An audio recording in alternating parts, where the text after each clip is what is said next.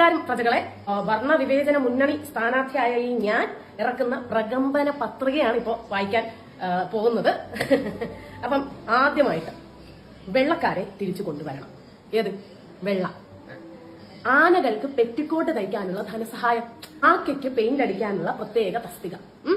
അതിനുശേഷം നമ്മൾ ചെയ്യുന്നത് കാർമേഘത്തിനെ നിരോധിച്ച് വാർമേഘമാക്കണം. അടുത്തെന്ന് പറയുന്നത് പുകയിലയ്ക്ക് പകരം ഇനി മുതൽ വയറ്റില മതി. കറുത്തമ്മ, കറുപ്പയ്യ എന്നീ പേരുകൾ നിരോധിക്കും.